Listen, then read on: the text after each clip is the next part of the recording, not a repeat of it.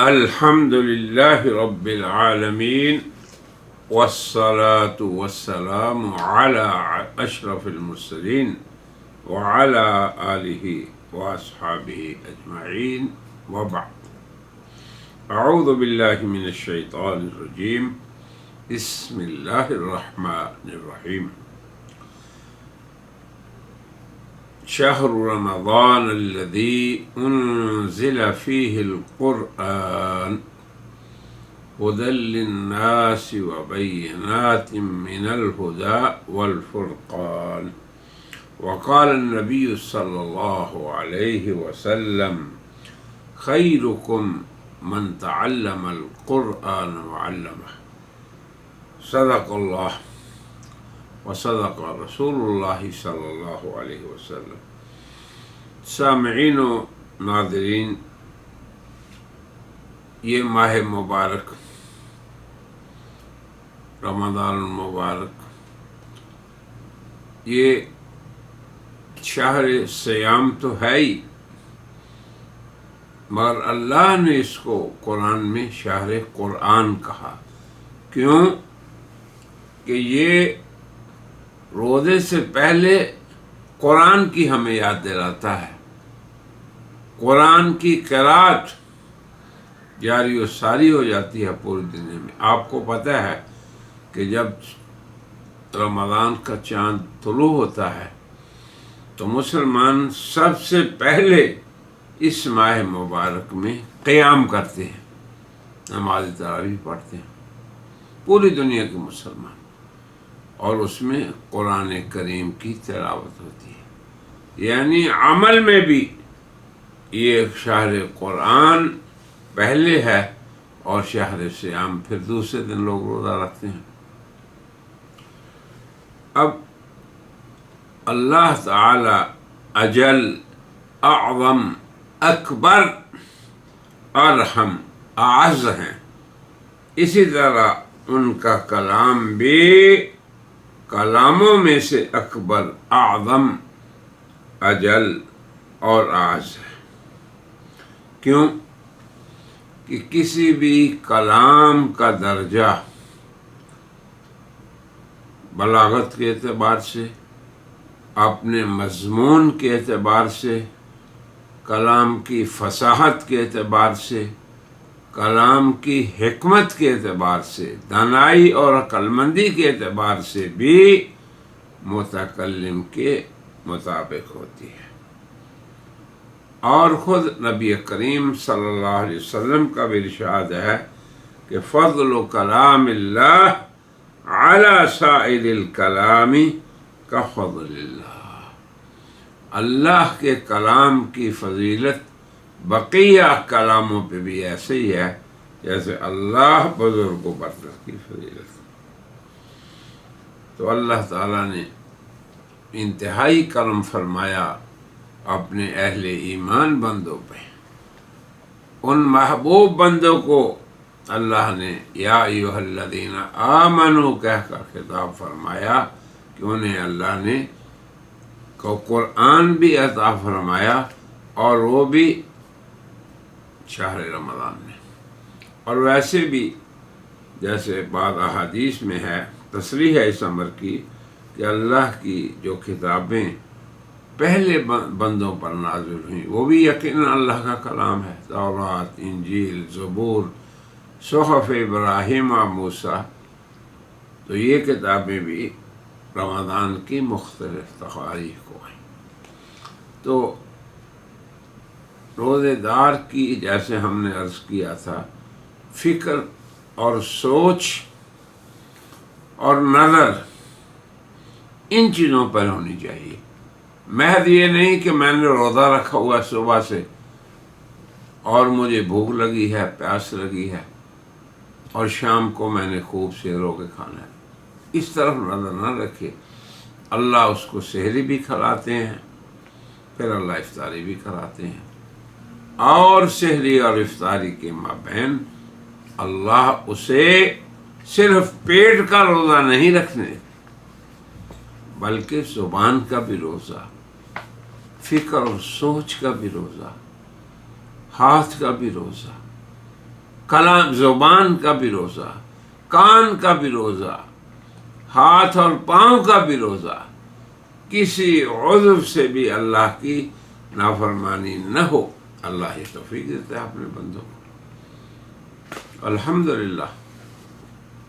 تو اللہ تعالیٰ نے اس بابرکت مہینے میں اس عظیم کتاب کو نازل فرمایا جو کیا ہے؟ خود قرآن ہی کہہ رہا ہے ھدی للناس، پوری کائنات کے انسانوں کے لیے رہنما ہے، ہدایت ہے۔ انسانوں کے جو طبقات ایک سوسائٹی میں رہتے ہیں یا دوسری میں، یا ایک رنگ کے، ایک نسل کے، ایک زبان کے، بلکہ دنیا کی جتنی زبانیں بولنے والے، جتنے رنگ اور نسل کے انسان ہیں، اللہ نے فرمایا ھدی للناس، جو کتاب اللہ کی للناس آئی ہے پوری انسانیت کے لیے، وہ صرف قرآن مجید ہے۔ قل بفضل اللہ وبرحمتہ فبذلک فلیفرحوا، یہ اتنا بڑا فضل عظیم ہے امت محمدیہ پہ اور ہم پہ کہ اللہ فرماتے ہیں اللہ کے اس فضل پہ اور رحمت پہ تمہیں خوش ہونا چاہیے۔ اب آپ دیکھیں اس ماہ مبارک میں روزے کی ایک الگ خوشی ہے اہل ایمان کو، روزے کے الگ تقاضے ہیں اہل ایمان پہ، اور پھر قرآن کریم کے الگ تقاضے ہیں۔ الحمدللہ، اللہ توفیق دے اور دے رہا ہے اللہ، پوری مسلمان امت اس ماہ مبارک میں قیام بھی کرتی ہے اور اس میں قرآن بھی پڑھتی ہے، قرآن کا ختم کیا جاتا ہے، بلکہ جسے اللہ توفیق دے، جیسے حضرات صحابہ اور تابعین کی سیرت جب ہم پڑھتے ہیں تو بعض حضرات تو ایک دن میں پورا قرآن کریم ختم کرتے تھے۔ آج بھی اللہ کے ایسے بندے ہیں، اور کیوں؟ کہ قرآن محبوب کا کلام ہے، قرآن احکم الحاکمین کا خط ہے ہمارے نام۔ حضرات صحابہ کرام میں سے بعض کے بارے میں آتا ہے جب وہ قرآن کھولتے تو ان کے اس تصور میں کہ یہ میرے رب کا پیغام ہے، بے ہوش ہو جاتے اور یوں پکارتے ھذا کلام ربی، یہ میرے پروردگار کا کلام ہے۔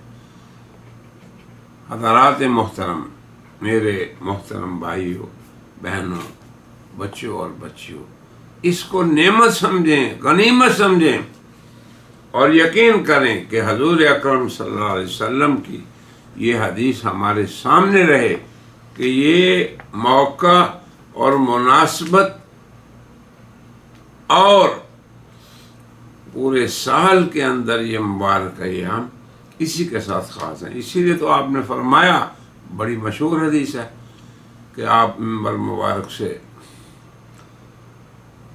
تشریف لے گئے، ایک سیڑھی، پھر فرمایا آمین، دوسری پہ آمین، تیسرے پہ آمین، اور صحابہ نے عرض کیا یا رسول اللہ یہ کیا مطلب ہے اس بات کا؟ تو آپ نے فرمایا کہ جس شخص کی زندگی میں رمضان آیا مگر اس سے مغفرت نہ ہو سکی، یعنی فائدہ نہیں اٹھایا، اس موقع کی عظمت کو نہیں سمجھا، اور اس غنیمت سے اس نے اپنے لیے زیادہ راہ نہیں جمع کیا۔ اللہ غنیمت بانٹ رہا ہے، بانٹنے والا شب و روز کو بانٹ رہا ہے، اور ہمیں غفلت میں نہیں رہنا ہے۔ قرآن حکیم اللہ تعالیٰ فرماتے ہیں یا ایھا الناس قد جاءتکم موعظہ۔ اب دیکھیں قرآن کے نام کتنے قرآن میں آئے ہیں اور اس کی صفات کتنی آئی ہیں، تو ان سب کا استحضار رہے، اور پھر جب ہم اس کلام پاک کو پڑھیں یا سنیں تو دل سے، دل کی اتھاہ گہرائیوں سے اس کی عظمت ہمارے قلب و قالب پہ نظر آئے، ظاہر و باطن پہ نظر آئے،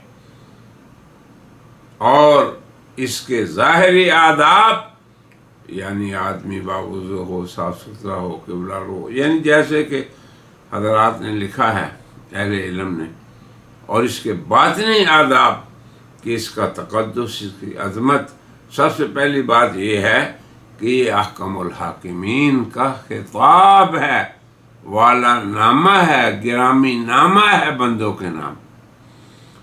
اور یہ شارع الحکیم، اس حکمت والی ذات جس نے ہمارے لیے نظام زندگی وضع فرمایا، یہ اس کا بھیجا ہوا نظام ہے. تنزیل من حکیم حمید، حکمت والی قابل تعریف ذات کی تنزیل ہے، اس کا کلام ہے، بشر کا کلام نہیں. ایک حرف پڑھنے سے 10 نیکیاں، پھر رمضان میں اضعاف مضاعف. پھر حضور نے فرمایا کہ الف لام میم ایک نہیں 3 حرف ہیں. پھر حضور نے فرمایا من شغلہ القرآن عن ذکری و مسئلتی، جس شخص کو قرآن نے مشغول رکھا. کس میں مشغول رکھا؟ میری یاد سے، مجھ سے مانگنے سے. یعنی وہ شخص قرآن ہی میں لگا ہوا ہے، ذکر اذکار اور نہیں کر رہا. فرض نماز کے بعد پھر قرآن میں لگ گیا، رات کو، دن کی تاریکیوں میں، رات کی روشنیوں میں قرآن میں لگا ہوا ہے. فرمایا اعطیتہ افضل ما اعطی السائلین، اعطیہ ما افضل ما اعطیت الصالحین، او کما قال صلی اللہ علیہ وسلم، کہ میں اس بندے کو سوال کرنے والوں سے زیادہ بہتر عطا فرماتا ہوں. اور پھر یہ دیکھیں کہ قرآن کا بھی ہم سے تعلق ہے. جیسے میں نے عرض کیا، یہ خطاب ہمارے نام ہے، سلطان السلاطین کا کلام ہے. جب کسی بڑے کا خط آپ کے پاس آتا ہے، آپ بار بار اسے پڑھتے ہیں، دوسروں کو بھی دکھاتے ہیں، فخر کرتے ہیں. تو اسی طرح اس قرآن کے لیے ہمارے دل میں عظمت ہو. اور یہ قرآن محض دنیا میں ہی ہم سے تعلق نہیں رکھے گا. اللہ کے رسول نے فرمایا ان اللہ یرفع بہذا الکتاب اقواما، اس قرآن کی وجہ سے اللہ سر بلند کرے گا لوگوں کو. وَيَضَعُ بِهِ آخَرِينَ، پھر اگر اس قرآن سے اعراض ہوا تو یہ دیکھیں اس کا معاملہ، پھر یہ پس بھی اللہ کر دے گا اس سے. اللہ تعالیٰ کے رسول فرماتے ہیں القرآن یحاج العباد، قرآن اللہ سے جھگڑے گا بندوں کے بارے میں. 3 چیزیں ہیں جن کے بارے میں فرمایا کہ وہ اللہ کے عرش کے نیچے ہوں گی. ایک چیز کیا؟ یوم القیامہ، قیامت کے دن کوئی سایہ نہیں، اللہ کے عرش کا سایہ ہے. اور 3 چیزیں ہیں، دیکھ لیں قرآن سے ہمارا تعلق اس دنیا میں، یہ ہماری سربلندی کا باعث ہے. اور قبر کے اندر یہ ہمارا مونس ہے. مونس اسے کہتے ہیں جو کسی آدمی کے دل لگانے کے لیے اس کی صحبت میں رہے، چھوڑے نہیں اس کو کہ بھائی اس کو میں نے دل لگائے رکھنا ہے اس کا. اب دیکھو کیسا مونس ہے اللہ تعالیٰ نے قرآن ہمیں جو دیا. پھر آخر میں فرمایا آخرت میں کیا ہوگا کہ یہ اللہ سے جھگڑے گا. دوسری چیز الامانہ، یہ امانت عرش کے نیچے ہوگی. اور تیسری فرمایا الرحم، صلہ رحمی جو ہے وہ ہوگی. اب قرآن سے تعلق یہ ہے من قرأ القرآن وعمل بما فیہ، کہ اس کی تلاوت بذات خود ایک عمل صالح ہے. پڑھیں نہ سمجھیں یا سمجھیں ہر اعتبار سے، مگر اتنا قرآن تو ہر ایک کو یاد ہے جس سے اس کی نماز صحیح ہو، فاتحہ آتی ہو اور چھوٹی چھوٹی صورتیں یاد ہوں. یہ تو ہر مسلمان کو سیکھنا چاہیے. اتنا سیکھنا تو بلکہ فرض ہے. اس کی تصحیح کوشش کر کے اس کی ادائیگی درست ہو۔ تو آپ نے فرمایا کہ جس شخص نے قرآن کو پڑھا، یہ تلاوت ہے اس کی، وعمل بما فیہ، پھر اس کے احکام کے مطابق تعمیل کی، اس کے ارشاد کی، اس کے حکم کو حکم سمجھا، امر کو ادا کیا، نہی سے اجتناب کیا، یہ ہے قرآن پہ عمل۔ اللہ تعالی البس والداہ تاجا، قیامت کے دن اس کے والدین کو عزت کا ایسا تاج پہنائیں گے جس کی روشنی شمس و قمر سے زیادہ ہے۔ تو اب جو صاحب ہے اس کا کیا ہوگا؟ تو بہرحال قرآن حکیم ہمارا دنیا کا ساتھی ہے، ہماری عزت کا باعث ہے، اور ہمیں ذلت سے صرف دنیا میں ہی نہیں آخرت میں بھی بچانے والا ہے۔ پھر حضور نے فرمایا کہ قرآن اور سیام، یہ دونوں تعلق دیکھیں شہر رمضان کا قرآن کے ساتھ، شہر رمضان شہر قرآن، فرمایا کہ یہ دونوں سفارش کریں گے، اور مشفعان، شافعان مشفعان، ایسے سفارشی ہیں جن کی سفارش قبول ہوگی۔ بعض دنیا میں سفارشی ایسے ہوتے ہیں کہ ان کی سفارش سنی نہیں جاتی یا رد ہو جاتی ہے، مگر اللہ کے رسول فرما رہے ہیں کہ یہ ایسے سفارشی ہیں جن کی سفارش اللہ قبول فرمائیں گے۔ تو ہم کیوں ایسے سفارشی کو اپنے سے دور کریں، کیوں اس کو ناراض کریں؟